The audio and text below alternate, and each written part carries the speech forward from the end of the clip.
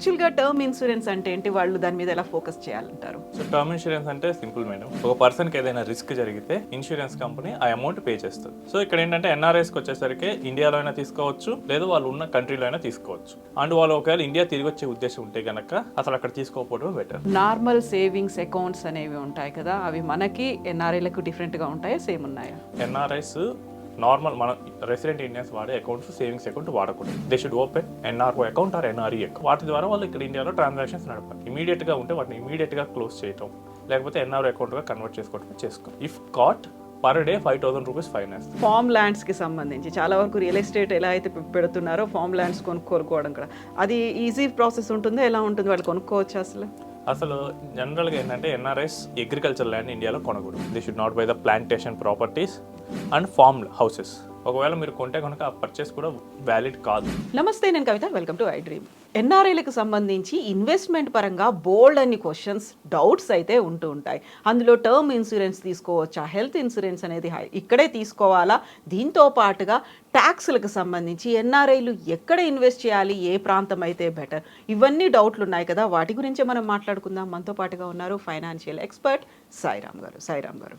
నమస్కారం అండి. నమస్తే మేడం. సో ఎన్ఆర్ఐలు అనగానే బోల్డ్ అంతే డబ్బు ఉంటుంది అనుకుంటాం. ఆ తర్వాత ఇన్వెస్ట్మెంట్లు చేస్తారు, ఇంకెక్కడ మళ్ళీ ఆ ఇన్వెస్ట్మెంట్ల రూపంలో మళ్ళీ సంపాదిస్తారు. ఇవన్నీ అనుకున్నప్పటికి కూడా వాళ్ళకి కూడా యూజువల్గా ఉండే కొన్ని మినిమం కామన్ డౌట్స్ అనేవి ఉంటాయి కదా. ఇన్సూరెన్స్ పాలసీలు కావచ్చు, అందులో టర్మ్ ఇన్సూరెన్స్, హెల్త్ ఇన్సూరెన్స్. యాక్చువల్గా టర్మ్ ఇన్సూరెన్స్ అంటే ఏంటి? వాళ్ళు దాని మీద ఎలా ఫోకస్ చేయాలంటారు? సో టర్మ్ ఇన్సూరెన్స్ అంటే సింపుల్ మేడం.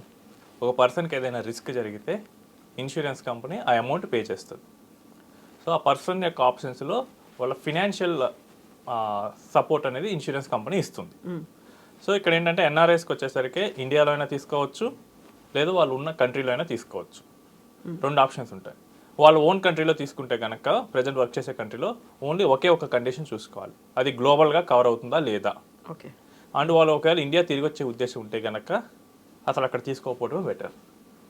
ఎందుకంటే వాళ్ళు ఇండియా తిరిగి వచ్చిన తర్వాత 60 ఇయర్స్లోనో 70 ఇయర్స్లోనో రిస్క్ జరిగితే ఆ పాలసీ అప్పుడు వ్యాలిడ్గానే ఉంటుంది.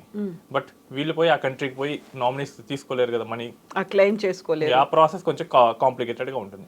దానికన్నా బెటర్ ఏంటంటే ఇండియా రిటర్న్ వచ్చే ప్లాన్ ఉంటే కనుక ఇండియాలోనే తీసుకోవచ్చు. అండ్ ఇంకోటి ఏంటంటే ఎన్ఆర్ఎస్కి టర్మ్ ఇన్సూరెన్స్కి ఒక అడ్వాంటేజ్ కూడా ఉంటుంది. నార్మల్ పీపుల్కి ఏంటంటే, ఇండియన్స్కి ఏంటంటే మనకి డైరెక్ట్గా 1 CR అండ్ ఎబో పాలసీస్కి వస్తే కనుక మెడికల్ టెస్టులు చేయాలి. ఎన్ఆర్ఎస్కి వస్తే 2 to 4 CR డిపెండింగ్ ఆన్ కంపెనీకి వాళ్ళు మెడికల్ టెస్ట్ వే ఆఫ్ చేస్తారు. డైరెక్ట్గా హెల్త్ క్వశ్చనర్ అడిగి దాన్ని బట్టి మనకి పాలసీ ఇష్యూ చేస్తారు.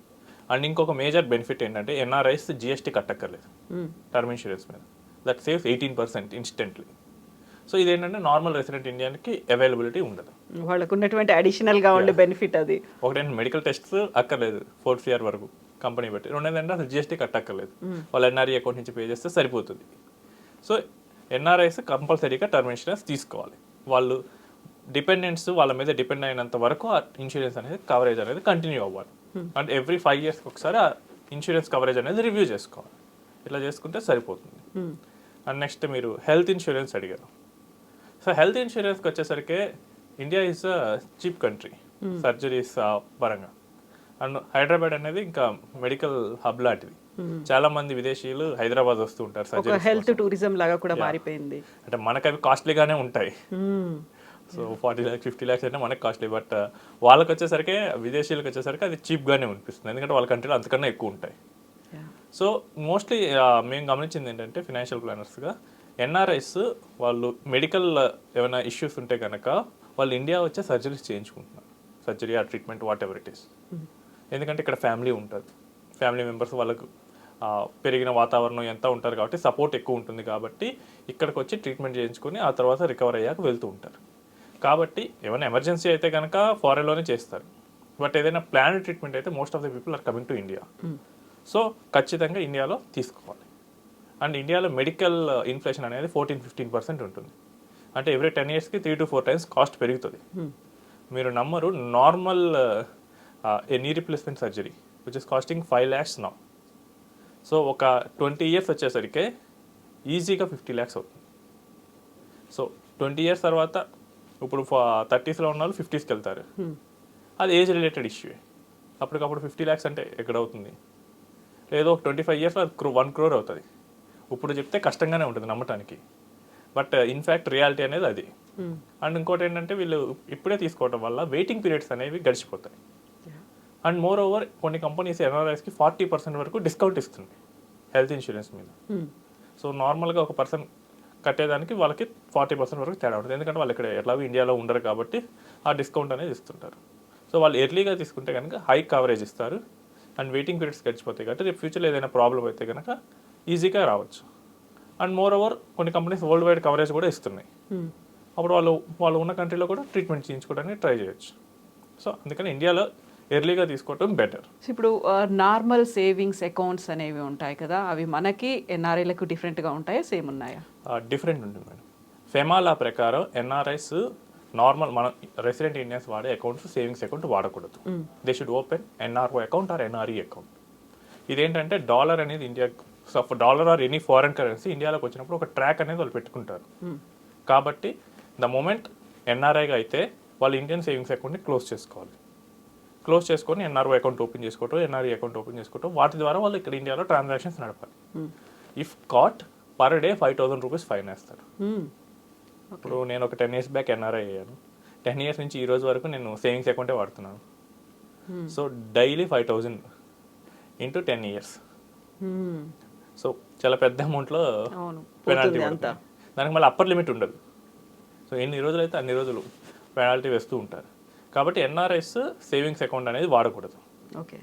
ద మూమెంట్ వాళ్ళు ఎన్ఆర్ఐగా అంటే వెంటనే దాన్ని ఎన్ఆర్ఓ అకౌంట్గా కన్వర్ట్ చేసుకోవాలి. ఆ ఎన్ఆర్ఓ అకౌంట్ నుంచి వాళ్ళు కావాలంటే ఎన్ని ట్రాన్సాక్షన్స్ అయినా చేసుకోవచ్చు. వాళ్ళు ఇండియాలో ఏదైనా పేమెంట్స్ చేసుకోవాలన్నా, ఏదైనా పేమెంట్స్ రిసీవ్ చేసుకోవాలన్నా కానీ ఆ ఎన్ఆర్ఓ అకౌంట్ అనేది వాడుకోవచ్చు. ఓకే. లేదు వాళ్ళు ఫారిన్ కరెన్సీని ఇండియాకి తీసుకురావాలంటే వాళ్ళ ఎన్ఆర్ఈ అకౌంట్ని యూజ్ చేసుకోవచ్చు. రెసిడెంట్ అకౌంట్ మాత్రం ఎప్పుడు యూజ్ చేయకూడదు. ఇమీడియట్గా ఉంటే వాటిని ఇమీడియట్గా క్లోజ్ చేయటం, లేకపోతే ఎన్ఆర్ఓ అకౌంట్గా కన్వర్ట్ చేసుకోవటం చేసుకోవాలి. అండ్ మీరు అడిగారు ట్యాక్స్. అవును, ట్యాక్స్ రూల్స్ అనేవి అందరికీ ఈక్వల్ ఉన్నాయా, లేకుంటే ఇందులో కూడా తేడాలు ఉన్నాయా అని? ట్యాక్స్ రూల్స్ ఎవరికైనా సేమ్ ఉంటాయండి, కాకపోతే టీడీఎస్ కటింగ్ మాత్రం డిఫరెంట్ ఉంటుంది. Okay. NRIs are generally income tax ఫైలింగ్కి ఎక్సెంప్షన్లో ఉంటారు. కాబట్టి ట్యాక్స్ ఎగవేయడానికి పాసిబిలిటీ ఉంటుంది కదా. సో అందుకని ఏం చేస్తారంటే మ్యాక్సిమం ట్యాక్స్ రేట్ కట్ చేస్తారు. ఇప్పుడు మనకేంటంటే ఎఫ్డీ చేసాము, ఎఫ్డీ మీద అయితే పెద్ద అమౌంట్ ఎఫ్డీ చేస్తే 10% టీడీఎస్ కట్ చేస్తారు. బట్ ఎన్ఆర్ఐస్ అట్లా కాదు, 30% ప్లస్ అప్లికబుల్ స్లాబ్. సో అలా కట్ చేస్తారు. వాళ్ళు ఏం చేయాలంటే అప్పుడు ఇయర్ ఎండ్లో ఇన్కమ్ ఎంత ఉందో చూసుకొని, ఇఫ్ ఇన్కమ్కి వాళ్ళు కట్ చేసిన ట్యాక్స్కి కనుక డిఫరెన్స్ ఉంటే కనుక ఐటీఆర్ ఫైల్ చేసి ఆ రిఫండ్ అనేది తెచ్చుకోవచ్చు. అలా లేకపోతే కనుక వాళ్ళు కట్టిన టీడీఎస్ పోయినట్లే. సో ఇప్పుడు ఫామ్ ల్యాండ్స్కి సంబంధించి చాలా వరకు రియల్ ఎస్టేట్ ఎలా అయితే పెడుతున్నారో ఫామ్ ల్యాండ్స్ కొనుక్కోవడం కూడా అది ఈజీ ప్రాసెస్ ఉంటుందో ఎలా ఉంటుంది, వాళ్ళు కొనుక్కోవచ్చు? అసలు జనరల్గా ఏంటంటే ఎన్ఆర్ఐస్ అగ్రికల్చర్ ల్యాండ్ ఇండియాలో కొనకూడదు. They should not buy the agriculture land, they should not buy the plantation properties and farm houses. ఈ మూడింటిని వాళ్ళు కొనకుండా రిస్ట్రిక్షన్ ఉంది ఇండియాలో. ఇదేంటంటే ఎన్ఆర్ఐ ఇన్వెస్ట్మెంట్ అనేది స్పెక్యులేటివ్ ఇన్వెస్ట్మెంట్. సో ఈ స్పెక్యులేటివ్ ఇన్వెస్ట్మెంట్ని మన ఇండియన్ అగ్రికల్చర్ మీద అసలు గవర్నమెంట్ తీసుకురావాలనుకోవట్లేదు. స్పెక్యులేటివ్ ఇన్వెస్ట్మెంట్ తీసుకొస్తే ఏమవుతుందంటే ఒకేసారి మొత్తం కొంటారు. ద మూమెంట్ రేపు ఏదైనా జరిగితే వాళ్ళు మొత్తం వెనక్కి తీసుకోవాలనుకుంటే ఇక్కడ ఇండియాలో రేట్లు పడిపోతాయి, ఇండియన్ ఫార్మర్స్ దెబ్బతినే అవకాశం ఉంటుంది. అందుకనే ఈ plantation, farm lands, agriculture lands మీద ఎన్ఆర్ఐస్ అసలు కొనకూడదు. కానీ తెలియకుండా చాలామంది ఎన్ఆర్ఐస్ కొంటున్నారు. ఒకవేళ మీరు కొంటే కనుక ఆ పర్చేస్ కూడా వ్యాలిడ్ కాదు, మీరు ఆ మనీని ఈజీగా వెనక్కి తీసుకెళ్ళలేరు. ఇప్పుడు ఇందులో ఫామ్ హౌసెస్ కూడా ఉన్నాయి, చాలా వరకు రిసార్ట్స్ని డెవలప్ చేసిన వాళ్ళు కూడా ఎన్ఆర్ఐలో ఉన్నారు కదా. అవునండి. సో రూల్ ఏం చెప్తుందంటే ఈ అగ్రికల్చర్ రిలేటెడ్ ఫామ్ హౌసెస్ వీటిని అసలే కొనకూడదు. ఓకే. బట్ చేస్తున్నారు. మీరు ఒకవేళ ఐడెంటిఫై చేస్తే ఆ మనీని మళ్ళీ వెనక్కి తీసుకెళ్ళలేరు. సో ఈ ప్లాంటేషన్ వీటి మీద అయితే రిస్ట్రిక్షన్ అయితే ఉంది ఎన్ఆర్ఐస్కి. సో అది కాకుండా ఇంకేదైనా అయితే మీరు కొనుక్కోవచ్చు. ఓకే. నాకు ఇప్పుడు కమర్షియల్ ప్రాపర్టీస్ ఉన్నాయి, లేదా రెసిడెన్షియల్ ప్రాపర్టీస్ ఉన్నాయి, ఇవి కొనుక్కోవచ్చు.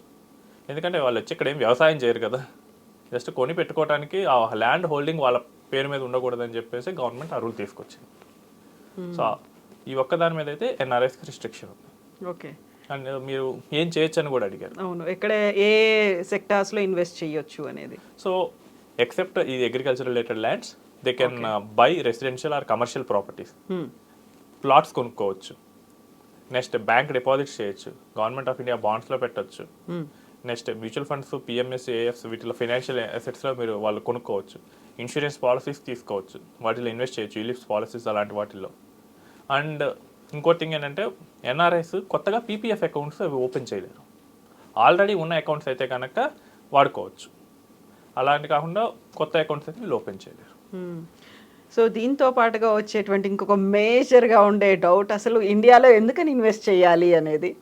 ఎందుకంటే ఎన్ఆర్ఐస్ దగ్గర ఎక్కువ మనీ ఉంటుందండి. ఓకే. సో ఎక్కువ మనీని ఒకటేంటంటే India is a developing country. మనం 4th లార్జెస్ట్ ఎకానమీగా ఉన్నాం. సో ఈ డెవలపింగ్ కంట్రీ ఏమవుతుందంటే డెవలప్ అయ్యే కొద్దీ మన ఇన్వెస్ట్మెంట్కి వాల్యూ పెరుగుతుంది. ఇప్పుడు నార్మల్ ఇండియన్స్ అనుకోండి 20,000 పెట్టేవాళ్ళు అనుకుందాం, సపోజ్ వాళ్ళు 20,000 పెట్టగలరు. అదే ఎన్ఆర్ఐస్ వస్తే ఈజీగా 50,000 పర్ మంత్ పెట్టగలరు. 20,000 మీద నాకు 15% రిటర్న్ వచ్చినా కానీ 10 years తర్వాత 50 lakhs వస్తాయి. బట్ నాకు 50,000 మీద 12% రిటర్న్ వచ్చినా కానీ నాకు 1 crore పైన రిటర్న్ వస్తుంది. ఇక్కడ మీరు రిటర్న్లో అయితే తేడా చూశారు కదా, వాళ్ళకి ఇక్కడ ఎక్కువ క్యాపిటల్ అప్రిషియేషన్ అనేది జరుగుతుంది. వాళ్ళు ఉన్న డెవలప్డ్ కంట్రీస్తో పోలిస్తే ఇక్కడ అనేది ఎక్కువ రిటర్న్కి పాసిబిలిటీ ఉంటుంది. అండ్ మోర్ ఓవర్ వాళ్ళు ఎక్కువ సర్ప్లస్ తీసుకురాగలరు కాబట్టి ఫ్యూచర్లో వాళ్ళకి బెటర్ గ్రోత్ ఆపర్చునిటీ అనేది వస్తుంది. సో ఈ 2 రీజన్స్ వల్ల వాళ్ళు ఇండియాలో ఇన్వెస్ట్ చేయాలి. అండ్ ఇంకోటి ఏంటంటే ఓన్ కంట్రీ కాకుండా డైవర్సిఫికేషన్ పర్పస్ కూడా యూజ్ అవుతుంది. మన ఇండియన్ మార్కెట్స్ యూఎస్ఆర్, యూకే వాళ్ళతో పోలిస్తే కొంచెం రివర్స్లో వర్కౌట్ అని ట్రై చేస్తూ ఉంటాయి. సో వాళ్ళ ఇన్వెస్ట్మెంట్ పర్పస్లో కూడా డైవర్సిఫికేషన్ కోసం వాడుకోవచ్చు. అండ్ గ్రోత్ రిలేటెడ్లో కూడా మనకి ఇది బాగుంటుంది ఇండియా అనేది. So India next 3rd largest ఎకానమీగా అయితే ఐహెచ్ సూచనలు చాలా మెండుగా ఉన్నాయి. మన ఓన్ కన్జంప్షనే మనల్ని అక్కడికి తీసుకెళ్తుంది. మోర్ దెన్ 140 crores పాపులేషన్ ఉంది. అండ్ మనం ఐటీ లాంటి సెక్టార్లో ఇంకా ఎక్కువ ఎక్స్పోర్ట్స్ ఇవన్నీ చేస్తూ ఉన్నాం. సో మన ఎకానమీకి ఉన్న క్యారెక్టర్స్ రీత్యా మనకి గ్రోయింగ్ కాబట్టి ఇక్కడ ఇన్వెస్ట్ చేస్తే ఎక్కువ రిటర్న్ వస్తుంది. సో డెవలప్డ్ మార్కెట్స్ కన్నా డెవలపింగ్ మార్కెట్లో ఎక్కువ రిటర్న్ వచ్చే పాసిబిలిటీ ఉంటుంది కాబట్టి మనం ఇండియాలో ఇన్వెస్ట్ చేయమంటున్నాం. ఎస్ అండి, thank you so much Sairam గారు. Thank you. And for more videos, Please subscribe to iDream. Please subscribe to iDream. Please subscribe iDream. And please subscribe to iDream. For more videos, subscribe to iDream. please like, share and subscribe to the channel. Congratulations, iDream. Subscribe to iDream. Subscribe to iDream. So subscribe to iDream Media. iDream ki iDream team andarki huge congratulations. Please subscribe iDream Media. Please subscribe to iDream. Subscribe iDream. Please subscribe to iDream. iDream అంటే నా కళల channel subscribe చేసుకున్న నోరు తిరుగుతలేదు, మీరైతే గంట గుర్తు కొట్టండి. For more such videos, please subscribe to iDream. Subscribe to iDream. Please subscribe to iDream. Please subscribe iDream Media. Please do subscribe to iDream. Please subscribe to iDream Media. For best entertainment and information, please subscribe iDream. And don't forget to subscribe to iDream.